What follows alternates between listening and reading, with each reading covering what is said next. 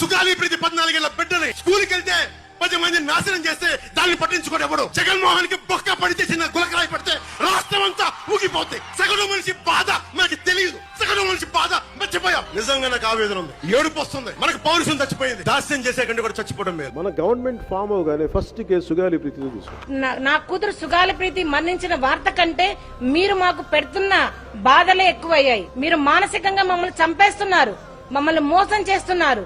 ఇప్పటికి కూడా ఈ కూటమి ప్రభుత్వంలో కొంచెం కూడా మరి చలనం లేదు.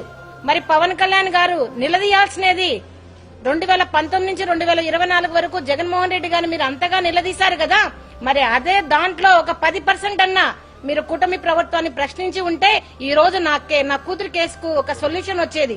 మీరు మరి మోడీ గారితో మాట్లాడండి. మీరు మోడీ గారితో మాట్లాడతా అని చెప్పారు, మరి సిబిఐకి ఇప్పిస్తా అన్నారు. మరి మీరు చేసిన హామీలు ఎక్కడికి పోయినాయి?